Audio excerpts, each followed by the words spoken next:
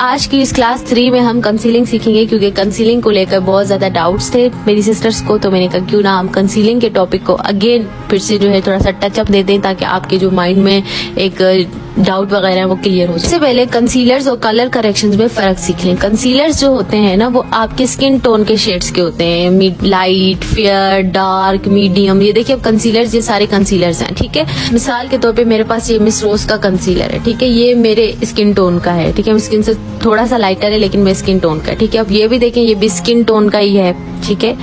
इसी तरह से कंसीलर्स स्किन टोन के होते हैं, सही है। और जो कलर करेक्शंस होते हैं ना उनको पहचानना बहुत आसान होता है, क्योंकि वो कलरफुल होते हैं। वेदर वो green, orange, pink, blue, purple, yellow, जो सख्त येलो होता है वो, और पीच, इस तरह के होते हैं, ठीक है। तो इनको आइडेंटिफाई करना बहुत आसान है, बिल्कुल परेशान होने वाली बात नहीं होती। दूसरी बात मेरी सिस्टर्स को समझ नहीं आई, क्या कलर करेक्शन करने के बाद भी कंसीलिंग करना पड़ता है? तो नो, कलर करेक्शन करने के बाद कंसीलिंग करने की जरूरत नहीं होती। वेदर अगर आप कंसीलर लगा रहे हैं तो फिर आपको कलर करेक्शन करने की जरूरत नहीं है, ठीक है।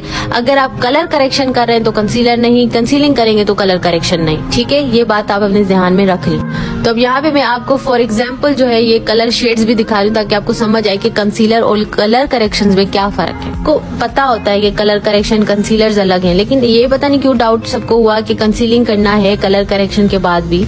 अच्छा, ये एग्जाम्पल के तौर पे आपके सामने मैं एक वीडियो जो है वो चला रही हूँ। ये देखें, इन्होंने सबसे पहले कंसीलिंग का शेड उठाया, ठीक है। ये डार्क शेड था उनकी स्किन से, उसके बाद इन्होंने डायरेक्ट फाउंडेशन अप्लाई कर लिया एंड दैट्स इट। कंसीलिंग का शेड किस तरह से अपना बनाएं, आइडेंटिफाई करें कि हमारी स्किन टोन का ये कंसीलिंग होगा। अच्छा, ये देखें, ये एलए गर्ल के अंदर जो है ना इतने शेड्स हैं, ये सारे कंसीलिंग के हैं, ठीक है।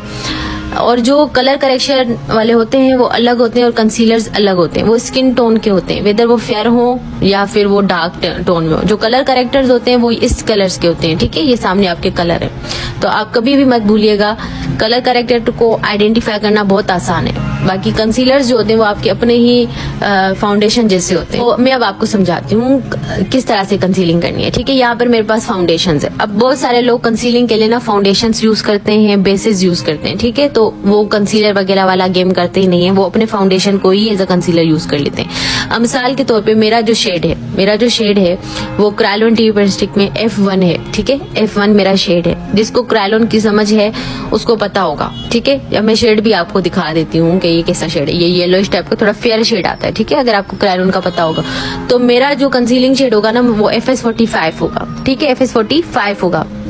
मिसाल के तौर पर अगर मैं कहूँ मेरा शेड जो है वो 45 है, तो मेरा जो कंसीलिंग शेड होगा वो 38 होगा। सही है, अब समझ आ गई कि मतलब 1-2 टोन ही आपने डार्कर जाना है अपनी स्किन से। अब सपोज करें आपका डार्क सर्कल है वो ब्लैक कलर का, उसके अंदर आप फेयर कलर का कंसीलर लगाओगे तो वो क्या होगा, ग्रे होगा ना। तो जाहिर सी बात है अपने डार्क सर्कल्स के करीब करीब का कलर लगाओगे ना, यानी थोड़ा सा डार्कर कंसीलर लगाओगे ना कि वो छुप जाए। तो मेरा जैसे F1 है तो मेरा जो कंसीलिंग शेड होगा वो क्या होगा, 45 होगा। अगर मेरा 45 शेड है तो मेरा कंसीलिंग शेड क्या होगा, 38 होगा। यहाँ पे मैं 36 लिख लिया था, सॉरी फॉर दैट। अगर मेरा 38 शेड होगा तो मेरा कंसीलिंग शेड कौन सा होगा, 36 होगा, ठीक है। तो इस बात को आपने ध्यान में रखना है कि 1-2 टोन आपने डार्कर जाना है कंसीलिंग के लिए, ठीक है। सपोज करें किसी का FS36 शेड है तो उसका कंसीलिंग शेड क्या होगा, उसका होगा जी चाइनीज ओरिएंटल, ठीक है। इस तरह से होता है। तो इस बात का आप ध्यान रखें कि कंसीलिंग करेंगे तो कलर करेक्शन करने की जरूरत नहीं है। बहुत सारे लोग करते हैं, वो उनका अपना स्टाइल है, मेरा अपना स्टाइल है। ऐसी बात है, आप मेरा सीख रहे हैं तो मैं अपना नॉलेज दूंगी ना जैसे मैंने किया है। तो ये आप नोट कर लीजिएगा, ये इस तरह से होगा, सही है। की बात ये कि बहुत सारे लोग क्या करते हैं, पहले मेकअप करते हैं, ठीक है, प्राइमर वगैरह लगाते हैं, फिर कंसीलर लगाते हैं, ठीक, फिर फाउंडेशन लगा लेते हैं। कुछ लोग ऐसा करते हैं, पहले प्राइमर फाउंडेशन लगा के फिर एक डार्क कंसीलर लगाते हैं, फिर एक लाइट कंसीलर लगा के पाउडर लगाते हैं। तो हर किसी का स्टाइल होता है, ठीक है, मेकअप करने का। जो सेफेस्ट गेम है ना वो यही है कि कलर करेक्टर का एक शेड बाय कर लो। क्यों? क्योंकि क्या कंसीलर आप हर क्लाइंट के लिए अलग अलग, हर किसी के लिए तो वो शेड सूट नहीं करेगा ना। तो एक कलर करेक्टर सब पे सूट कर जाता है, ज्यादा से ज्यादा 2-3 इस तरह से ना।